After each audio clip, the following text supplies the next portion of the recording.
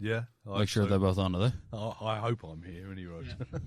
The Michael Anthony Show, episode 118. Recently, we're on a bit of a geriatric vibe, really. The guest before you, Steve Coppell. Okay. That's how far back in time we're going. Right. Before that, Stevie Van Zandt. Oh, wow, okay. And now we're with Rick Buckler, the drummer from the iconic Jam. Rick Buckler, how are you? Welcome to the show. I'm fine, thanks. Yeah, I'm good. Glad to be here. I've just about made it, really. When a band is as big as the Jam and it ends at 24, how do you sit in a bar when that music's playing? I don't know. I mean, it's great to hear it play because you know you're going to earn a few pence out of it. You know?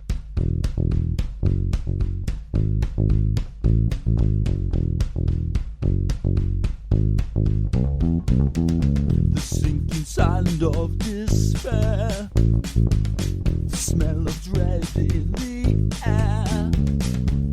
I'm head to toe in my own fear.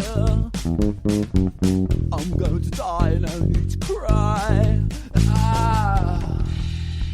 As in, every time it plays, you get money. You get something, you know, which is nice. I mean, I think the first time I remember hearing in the city on a jukebox, that was a bit of a buzz.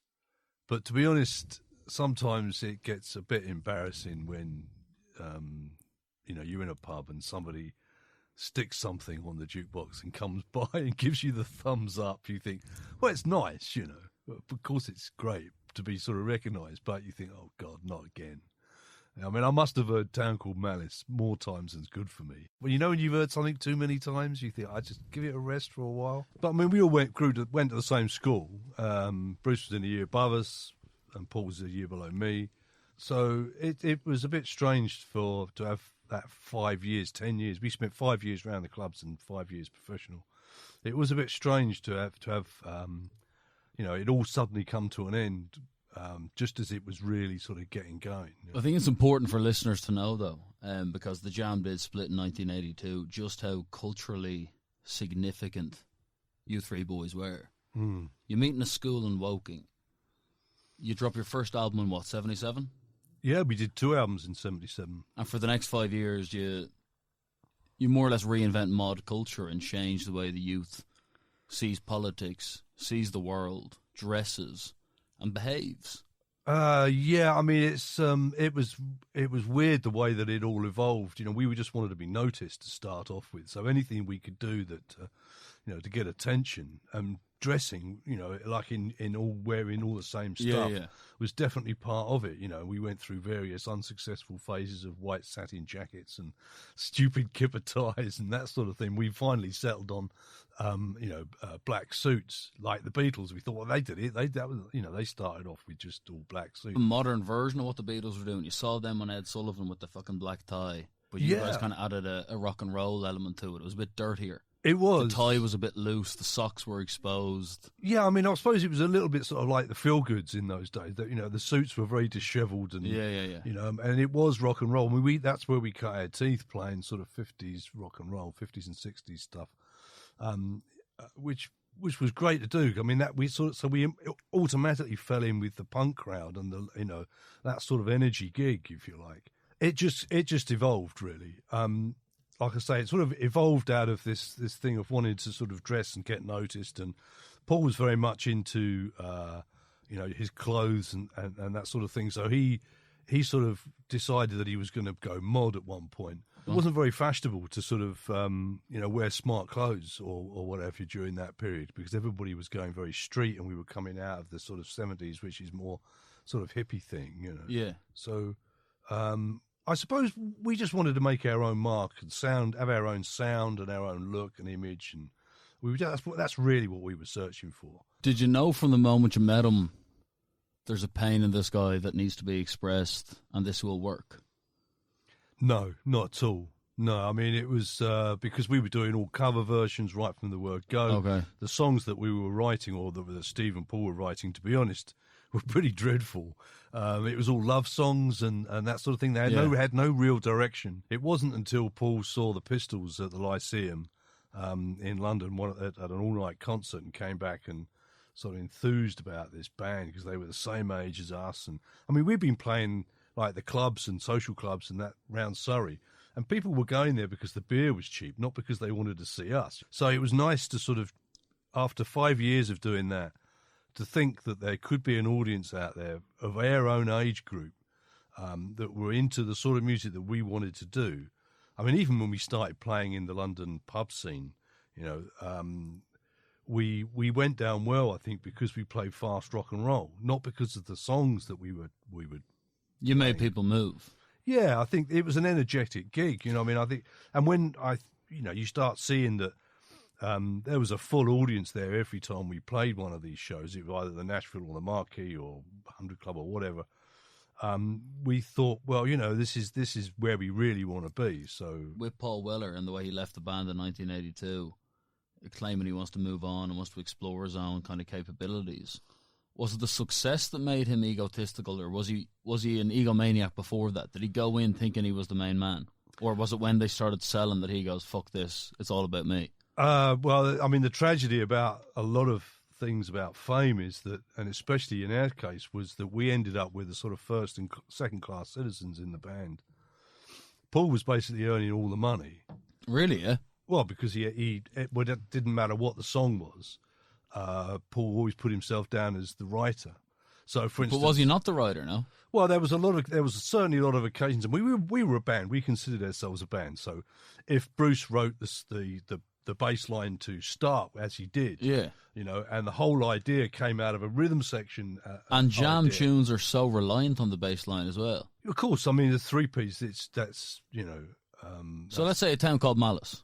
Boom, Right. boom, boom, boom, boom, boom, boom, Yeah, boom, but- boom. Who wrote that? Well, I mean, Who wrote that bass line, though? well, where do you think it came from? The Do you know, bassist. Paul didn't write the bass line. Yeah. So You the know- start of that tune that Billy Elliot jumps over the wall to isn't written by Paul Weller. No, of course not. I mean, it's the band effort. Where all the things that we did as a band. So, I mean, we got to a point, I suppose, around Setting Suns, about the middle of our career when we done 2 or 3 albums, where me and Bruce used to work out all of the arrangements for the songs the night before in the recording studio. I mean, Paul would come along with lyrics, and you know the lyrics. You can't knock the lyrics one bit. I mean, Great they're, lyricist. Fantastic, yeah. But there's very few occasions when Paul actually turned up and said, "Right, there's the finished article. That's the song." You know, that's entertainment would have been Yeah. one, but That's just acoustically written. yeah, it was. Yeah, I mean, we tried it in various shapes and Formats, yeah. forms, and until we settled. But on it just worked best stripped down. It seemed to, yeah. I mean, that was fine because we like that idea of exploring what a 3-piece can do, you know, because we were a frustrated 4-piece basically, Yeah. which meant us really working hard, you know, musically to fill all the gaps and make it work and cut out the crap. And Was him throwing the name on the song kind of because his dad was the manager and he had the ability to do it? Like, were you never just saying when you were there, Paul, you didn't write the entire song, why are you only putting your own name down? well, it was a lot of that came from the record company, so they would do all the paperwork for us. You know, they would say, well, because obviously you have to, and the publisher. So, and it's sort of, I suppose in a way it still exists to this day that if somebody writes a lyric, that's the song. And to, I suppose, you know, 50% Yeah, the written of it word is the material. is the material, irrespective of whether what the backing track is. How can like. you prove you wrote a drum beat? Yeah, you can't do it. It just doesn't exist, you know. I mean, it did come to the head when we did Funeral Pyre, for instance.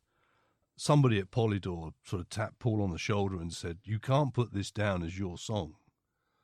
Not really, can you? Because they knew. I mean, obviously, because they'd seen it evolve, that it came from a drum beat that then had a bass line put onto it that Paul took away and put a lyric to. So So we swapped the melody of the bass line for verbal melody. well, sort of. I mean, it was like most of the songs that we did. It was a real group effort. So, and I think somebody sort of tapped him on the shoulder and said, "Look, you know, you can't put this down as just being you anymore because it just wouldn't be right." So, if you look at the writing credits on that particular song, the music is usually split as being 50% and the lyrics are split as being 50%. Yeah. So Paul, we split it that way, which was fine. He got 50% for the lyrics. What about the concept of image rights, though? And the Jam were so reliant on being the leaders in mod culture, and Weller was the face of that. Yeah, I mean, his haircut, his attitude, his media presence, that was the Jam. Yeah, so to speak. I mean, he was more mod orientated than say myself and Bruce. Yeah. I mean, there's some really fantastic photographs of him reposing all the Steve Marriott. If you look at some of the shots, there's some great shots of Steve Marriott with the bouffant haircut and the moody looks, holding a guitar and all that. And Paul sort of copied those entirely and did them again. You know. So was Weller the master of PR? Without Weller, would you boys have been unknown? That's what it comes back to. That's when does he deserve the money for songwriting? Possibly not. But in terms of the Jam making it, without his kind of foresight into what makes people tick, the lyrics, the anti-poverty political lyrics, or it make the Jam stand out. Yeah, of course it does. I mean, I think once Paul had seen the Pistols and we'd come into London and we realised that there was this movement of, because there was a lot of that, the Clash and the Pistols, and there was a lot of that sort of statement music that was going on about the politics. We sort of didn't see them as competition in any way because they were their own man. I mean, they made their own songs, and Strummer was great. I mean, because he'd come through the ranks. He was with the 101ers before you formed the Clash. We sort of bumped into the Clash in London in those very early days before we all got signed and stuff. But he was a lot older than us. I mean, he was. Would you be annoyed if they dropped the deadly tune? If they dropped a good track, would you be a bit like, shit, we got to get into the studio? One thing I know, Paul was very jealous of the name. He thought the Clash was a fantastic name, and because we hated the title of the Jam. The Jam's very cliche, isn't it? We did not like it at all. Yeah. When we started out, we thought, well, we'll call ourselves the Jam because we jammed. And when we think of something better, we'll use it. Yes. But we never did. And then somebody at the record company pointed out and said, well, look, it's not the name. The name doesn't matter. It's what you make of it that counts. So when people mention the Jam, they get an image of what the songs are and the look and everything about the band. So it took on a life of its own, really. Was Weller the spokesman? Weller and his dad were the spokesman for the band. They were the people who were telling you and Bruce, we're now a professional, real band. And that would be his argument when he decides to leave of it was all me anyway. Well, I think there was a lot of people saying to Paul, it's all you, it's all you. There was a lot of yes men around at that time. I mean, it clearly wasn't to any Jam fan. If you ask any Jam fan, I mean, there's Gary Crowley, famous quote, there were 3 guys in the Jam and 2 of them weren't called Paul Weller, and that matters to Jam fans, that it wasn't all about Paul. Were you surprised that he took the narrative that it was all him? Like when you were jamming out with him for those 10 years and you were getting big together, did you ever see a side to him that could turn around and go, I'm going on my own, boys, see you later? No. In fact, to be fair, he absolutely hated that because it was when, quite understandably, the press would turn around and they would say, oh, it's, Geldof. They would immediately go for the singer of the band, as the sort of spokesman, as the head of the group. I mean, there's a horrible, horrible thing. Most bands don't like it. This sort of hierarchy of, who comes above the singer? Nobody really. Then maybe the guitarist. Then you get down to sort of, well, maybe the keyboard player's next on the list. Then the bass player's down there. And who's last? Well, the old drummer, he's at the back, so he's got to be last on the list. So there is this sort of hierarchy of class system, which is really put upon, the bands that, which is, I find, quite hilarious because, especially when it gets turned on the head by somebody like, Phil Collins, for instance. But, have you ever met Ringo Starr? No, never have. No. I mean, I know that we are where we are today because of what happened in the past, and that the Jam split after 5 years. It was a real shock, not only to myself and Bruce, but to John, it wasn't part of his vision. 6 months before we actually finished, we'd come away from a sort of a 2-week break, which we'd gone away on holiday or done whatever we were doing. And we went back into the studio to do some more recording because we were always working in one shape or another. It wasn't before anything specific. It was just another recording session. And Paul didn't want to tell us. I mean, but the record company had said to Paul, you've got to tell these guys. You can't just split the band on the last gig and say, right, that's it, boys, it's all over. You've got to give them advance warning. I mean, we had contracts signed to do various shows and albums. Yeah. We needed another album to finish off. That's why we did a live album that got us out of the record contract as a last album. There was shows that we'd already said we'd do. The fans needed notification. So it just simply wouldn't have been good enough to sort of just stop and walk away. I mean, that's just not the right thing to do under any circumstances. So Paul got a bit of a slap, really, from the record company about that and said, no, you've got to do this in a civil way. So we were sort of taken aside at this recording studio, and Paul said that he wanted to get out because he was on a treadmill. That was his thing.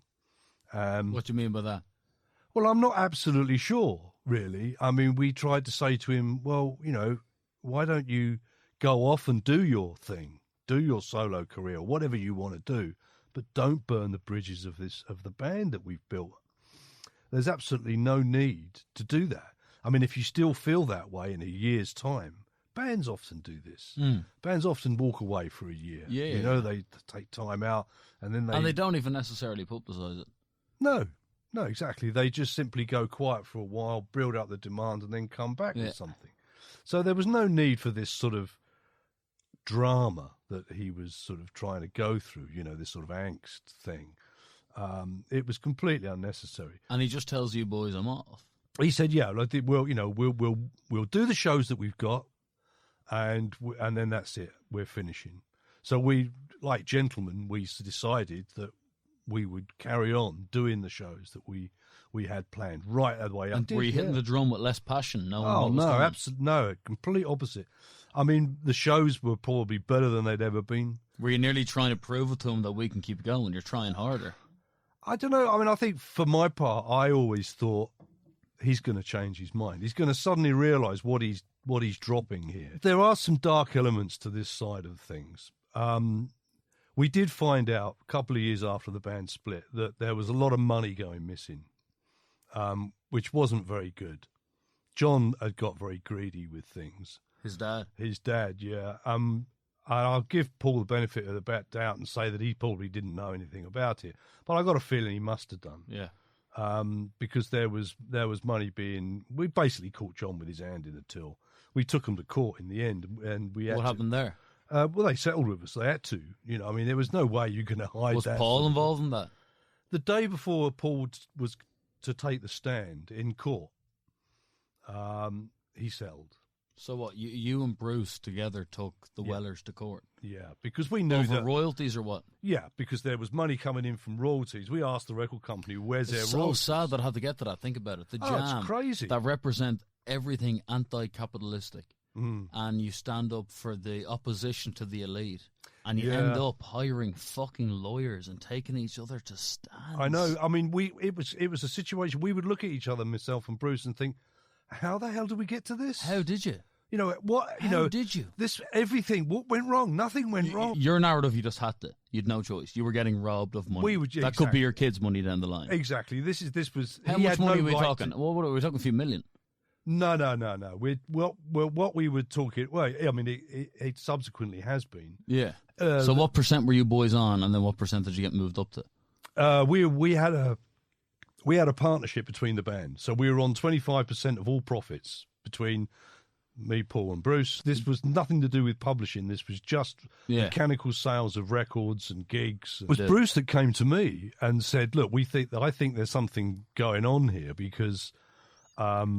We were in contact with the record company, obviously, still, because they were still supposed to be sending us royalties. And what John had done, because John wasn't a professional manager, I mean, he was a bricklayer and taxi driver. Really, Okay. that was Paul's dad. In fact, the record company wanted He's to dead out now, him. is he? Sorry? Is he? He's passed away, is he? He has passed away, yeah, unfortunately. Would you have gone to that funeral? I wanted to go, but I was sort of warned off by John's wife. Because this was after... Are you disliked by the Weller clan? I think so. Really, yeah? Probably, yeah. I mean, it's for nothing that I've done, really, because it was just... You've just stood your ground according to where you're coming from. Because once we took him to court and he'd been exposed and all of that. If Paul Weller drops a new record, do you listen to it? No, I can't be asked, really. Can't be arsed out of pride. You're definitely interested as an artist, though. No, I'm not interested. Really? Because you obviously Not respect him interested. as a songwriter, musician. I do, yeah, I do. he's a But guy what you I've worked with. heard of recent stuff, I think, well, do you know what? This is fairly pedestrian. But why not just have a few beers and just try? You've definitely listened after a few beers and gone, fuck it. You can't just move on from that level of success in life. No, well, I mean, I wouldn't go out of my way not to listen to it. Let's put it that way. Yeah. Okay. Have you not spoken to him since you left the band? When the band first split up, myself and Bruce stayed in contact, quite close contact, and we would always contact Paul and say, we're both in town doing We're something. going for a beer. Come for a beer or coffee, or we drop in at the studio. Yeah. I dropped in several times when he owned a recording studio. And he's just saying, get the fuck out of here, I don't want to know you. He wouldn't even come out. He wouldn't even come out and say hello. Is he a narcissist?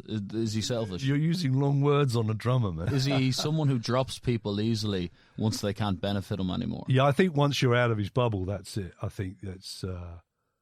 I don't know why that is. Did you know him well when you were in the jam? Did you get on Of course, well? Or we got on great. You sat up over many nights, you both were pulling two chicks simultaneously. It was rock and roll, man. You were on tour. Absolutely. Yeah, we do the... You and Weller were splitting a joint and there was two American chicks waiting inside of you. Well, yeah, I mean, all right, you're making it sound really great, but... I mean, we used to hang out a taking lot. over the world. We used to hang out a lot. We were in and out. Did you ever say to him, Paul, you are a gift? gifted lyricist? Was I ever blowing smoke up his ass? And did he ever No. say to you, you're a half decent drummer? No. That's the problem. You were never honest with each other. You might be right there. Yeah. You may be Well, right. it's your generation are associated with that kind of post-war, stiff upper lip, never tell another man he's good at Oh, what I've he been does. shot down in flames. Do you know what I mean, though? Never do. tell I another know man. exactly You what never you told him he was good, and he never told you were good, and Bruce was probably never fucking told he was good either. So what happens? You split up and you fuck up all of your musical careers. Oh, he's brutal. You could look at it that way. You never complimented each other.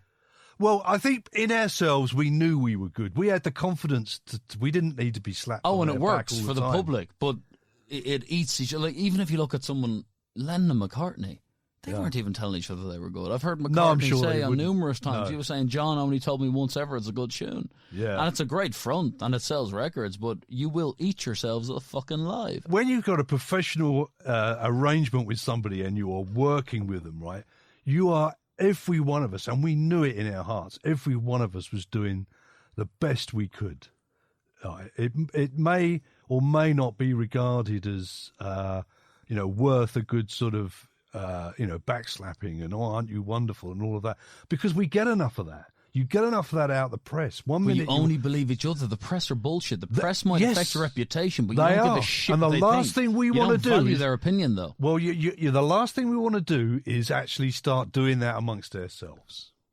So that's probably the best way. So when you and explaining it. Bruce are on the drum and bass for Down at the Tube Station at midnight and he comes out with the story about being mugged, would you not just think of going, you know what, that's a half-decent fucking story, mate. That's fucking pretty Well, there were interesting. comments like that. Our tube station, for instance, got thrown in the bin because Paul didn't like it. For me, it's your best track. Yeah, absolutely. And do you know what? We thought it was the worst track, so we decided that because of that, we were going to just say to the record company, we're going to release the worst track on the album as a single. He's almost impossible to get in touch with. But he's never addressed it with you going, you know what, Rick, you a half-decent fucking drummer. Well, you hear it through the grapevine, man. I mean, there were people who come to me and say, "Oh, so you still want his approval in a way. You still want him to tell you you're good enough. I think any musician likes to feel that they've done a good job in some way. It's a shame, though. It because is. we can It YouTube is. the jam right now. I remember being like 19, seeing a video of Down at the Tube Station at midnight, mimed quite evidently on Top of the Pops. I remember seeing the video for Going Underground, younger, 14, and you make people feel at home, and you just make people feel good about life. But the fact that you don't talk to each other and you went to court, it's fucking heartbreaking. Oh, absolutely. The whole message of music is bigger than capitalism. Yeah. Is fucking... Tell that to Weller. Don't tell that to me or Destroyed. Bruce. Tell it to him, because none of this was for mine or Bruce's making. This was because the band split, and we sort of accepted that as grown men. We thought, wait, things don't last forever. If that's what Paul wants to do, that's fine. We can live with that. But we were fairly mature as far as that is concerned. But I think some of the motivation that Paul had he changed his story after the band split about why he split the band. What did you do after the Jam? The Jam would have been playing fucking Madison Square Garden by 85. What do you do? Weller fucks off. He has his story. What are you doing? Well, the first thing that I did was get another band together. Yeah, but when you know that's not going to be the same because you were in the fucking Jam... It just peters out. Yeah, it was at that point. Was there ever a time where you hated music? There was a time when I just simply had to walk away from the music industry and think, right, I need a break. I just want to get out, because it's okay when it was our weekend job and when we were doing the clubs and stuff. When it became full-time job, it becomes very serious on all levels. You literally have to turn up. You have to come up with the goods. Imagine someone's telling you here, Rick, you have to show up and play the drums for 8 hours tomorrow. When you were 16, you would have fucking paid them for that to be your job. Absolutely. But after a while, it's like football. It's just going, I'm a bit hungover. I don't know if I fancy showing up and playing the drums. It's ridiculous. Yeah. It's a luxury. Yeah. But because the luxury is abused in our own minds, it becomes a fucking job, and then we all split up and we take each other to court and we ruin everything. No, because we took it seriously and because we wanted to make it work, and it was, if you like, you could call it a job, but it was more than just a job. It was still our passion that we wanted to do. But it is your income. We didn't do it because we wanted to become millionaires. We did it because we loved to do it. That's the reason why we started off. I do think there is an element of hypocrisy in what he was doing, because as soon as you become famous, all that other stuff comes with it. The money and, having time on your hands, and the drugs and the parties and all that. It just comes with it. There's no avoiding any of that. Was drugs a big Jam thing? Did you ever have a drug phase?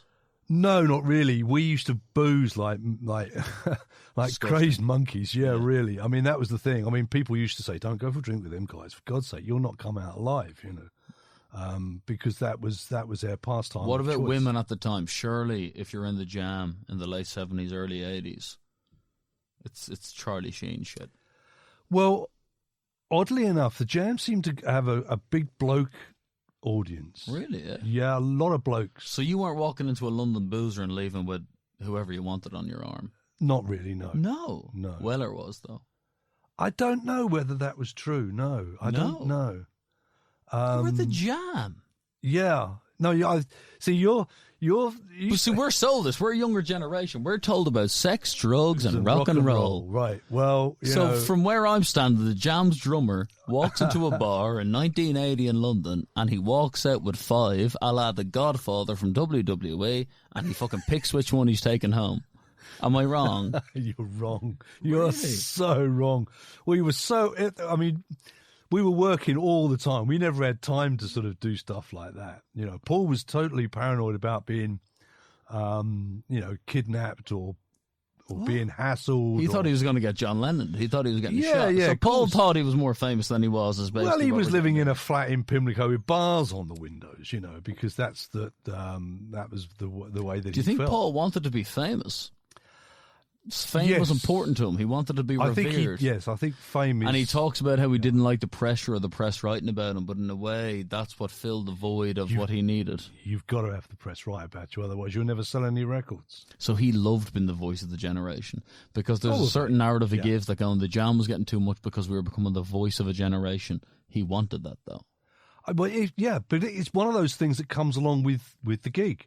If you want to sell records and you want to stay there making, albums and doing tours and writing songs, All that stuff comes along with it. It's all part and package. There's no avoiding it. You can't pick and choose when it comes to that sort of stuff. So you have to come to terms with it. I mean, it makes me laugh when you see people going, "Oh, the press are writing about me," Madonnas and all this. Go Kim Kardashian. Someone who made it famous off a sex tape and press exposure is complaining that the press are outside the supermarket. What the fuck do you think you are? Yes, exactly. What is the base of your fame without the press? Exactly. So, you just have to deal with that. And if you can't deal with it, you're in the wrong business. Really. You really are. You spent 39 years. I used to be the drummer in the Jam. And the older I get, the more embarrassing it gets. Because they say, who? You know what I mean? Shit, who? It's getting to who that the stage. fuck is it? It winds Paul up, and it always has done, that whenever anybody mentions Paul Weller, it's Paul Weller from the Jam. They never mention Paul Weller. It should be, though. Oh, The yeah, tracks absolutely. are I too agree with you. good. But that's what I'm saying. That embarrasses him, because it's not Paul Weller from Style Council. It's not Paul Weller, the solo artist. Yeah. It's Paul Weller from the Jam. Yeah. Because that's the greatest thing he's done in his If career. you old fuckers got together now, you couldn't even play the chords, though, could you? You're too old now. It's The energy is the necessary. time to do that as long Was around 1996. Yeah, probably Yeah. something like that. Yeah. Yeah. He sort of resents that. I mean, there's without a doubt what put us where we are today was that band. It always will be.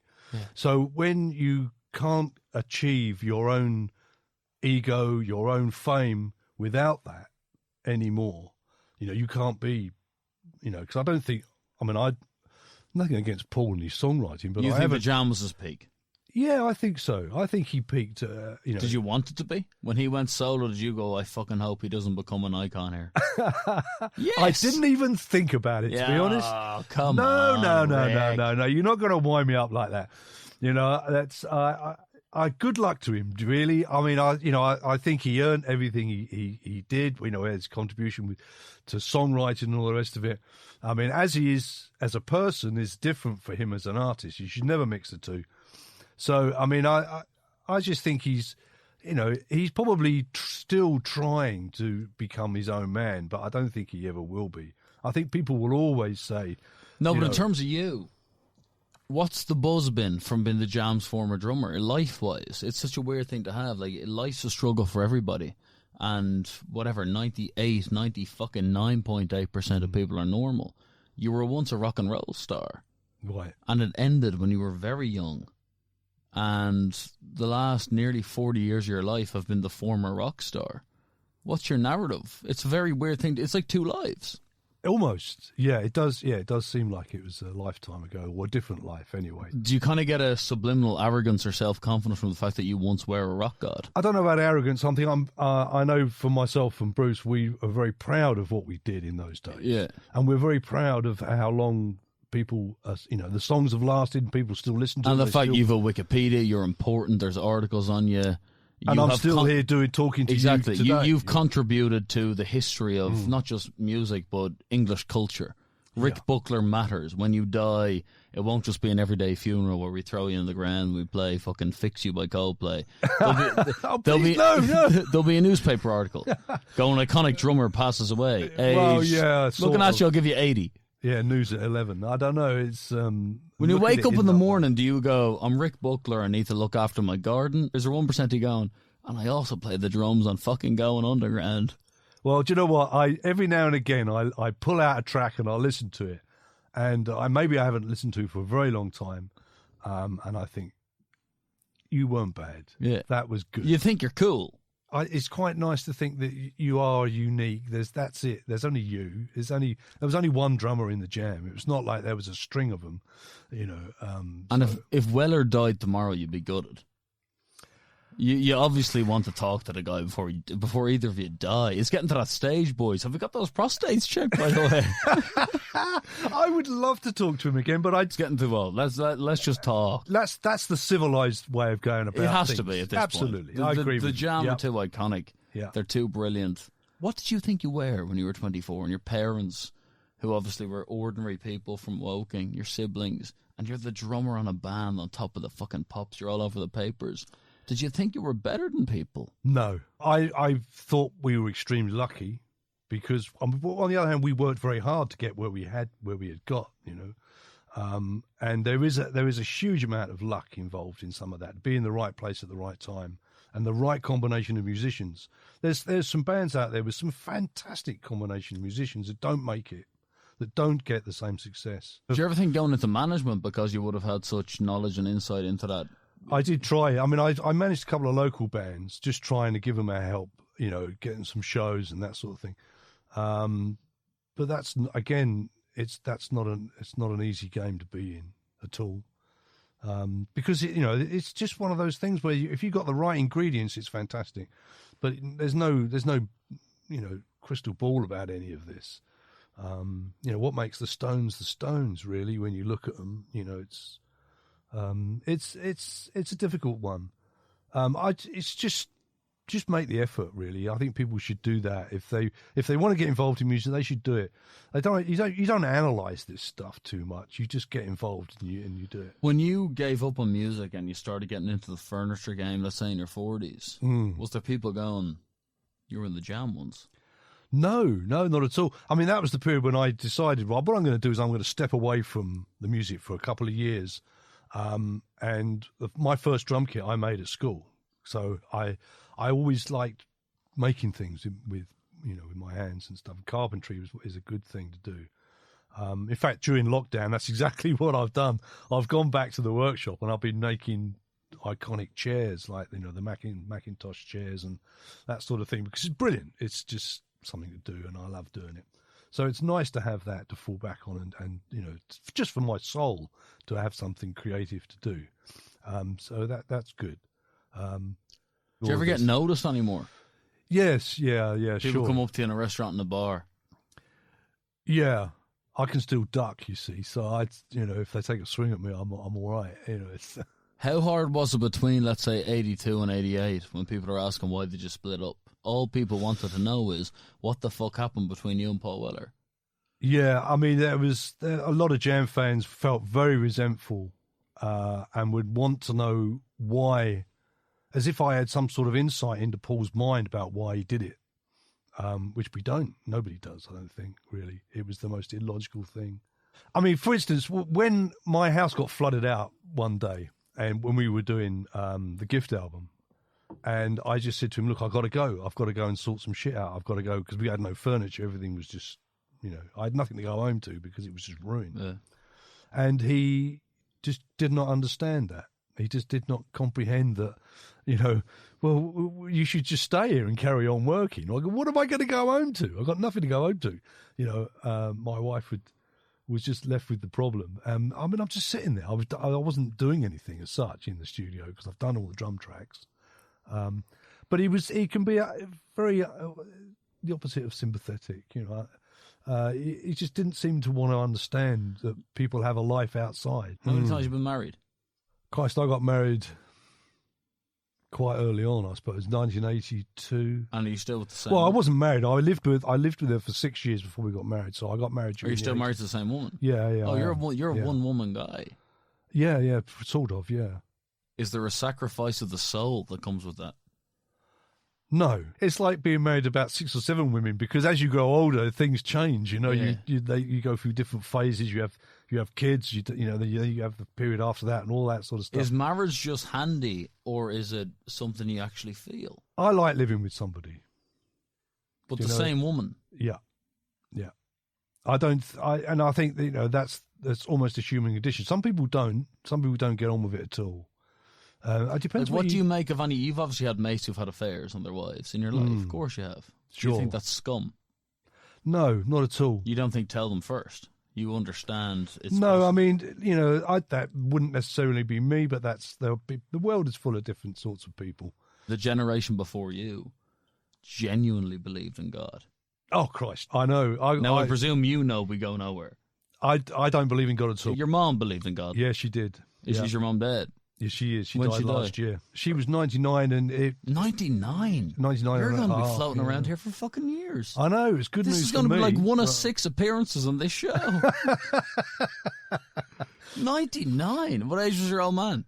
He died, I suppose he was in his 80s when he died, but he'd been through the war and he had malaria during the war, and that doesn't do What you any war? good. The Second World War, Really? not the Boer War, Fuck anything like me. that. You know. That's how old. I was the youngest, see, of our family. What did your mother make of the Jam? And your anti-Tory, Oh man, don't even go there anti-monarchy with that one. narrative. You know, I mean, when I didn't get out of bed till 11 o'clock in the morning, you know, she would think that there was something wrong. But I never got back till 2, 3 o'clock in the morning anyway. But when you guys were slating, let's say, the Queen, sarcastically, your mom was a big fan of Queen Elizabeth, was she? Oh yeah, it's that generation. And did she tell you this is bullshit, this is immoral? No. The minute she saw a paycheck, she goes, do what you want to do. Well, she did, even up to the point where we did our second album, and she was still, and I'd come home, I was still living at home during that period, and she'd say to me, well, you know, your band not doing very well then. And I go, well, of course we are. Yeah, but you've been at home for 10 days, you haven't done anything. Do you know what I mean? It's, have you not got any work? You know, it's, well, come on, Mum, we've just done a tour of Europe Would she and say the States. that Paul Welliver's a fucking you can't trust him? No, there was none of that really. I think my parents they didn't like me playing drums. They certainly, you know, didn't like the idea of, I was never allowed to have a drum kit at home.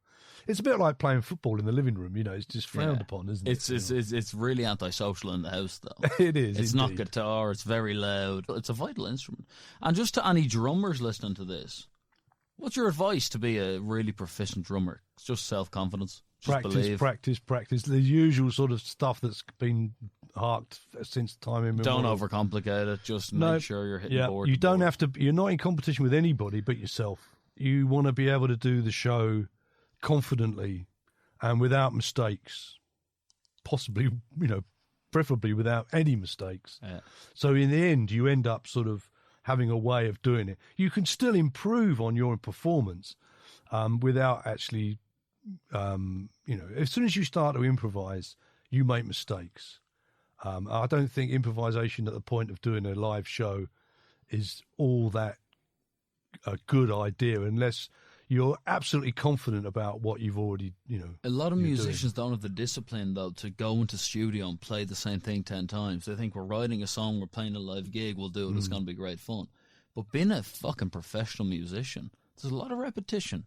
Yeah. There's a lot of boredom. Yeah.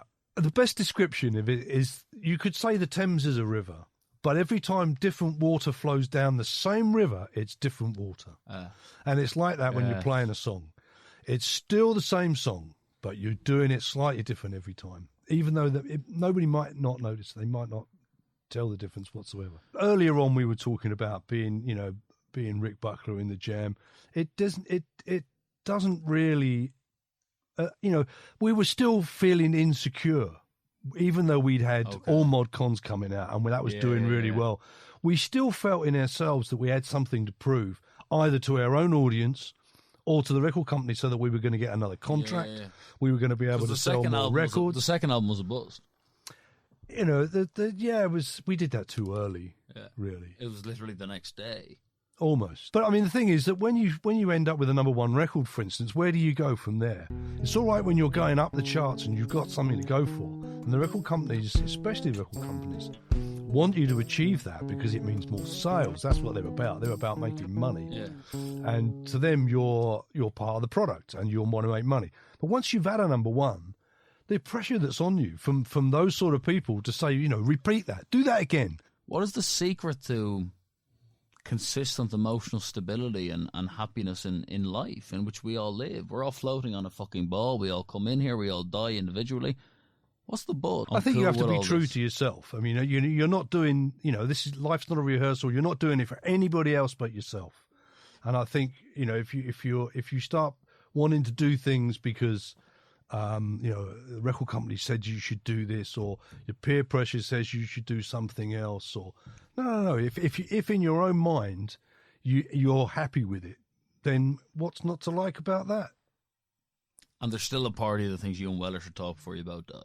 Rick Buckler, it's been a pleasure to have you on the Michael Anthony Show. I've really respect you as a man. It's been an honour to talk to you. Thank you very much for coming on. Thank you very much. It's been how many years, my boy? Audio books, that shorter than You audio still books. don't know my tears of joy. No need to go, just take Radio it cast, slow. podcast, something like that. And have you heard the Michael Anthony show?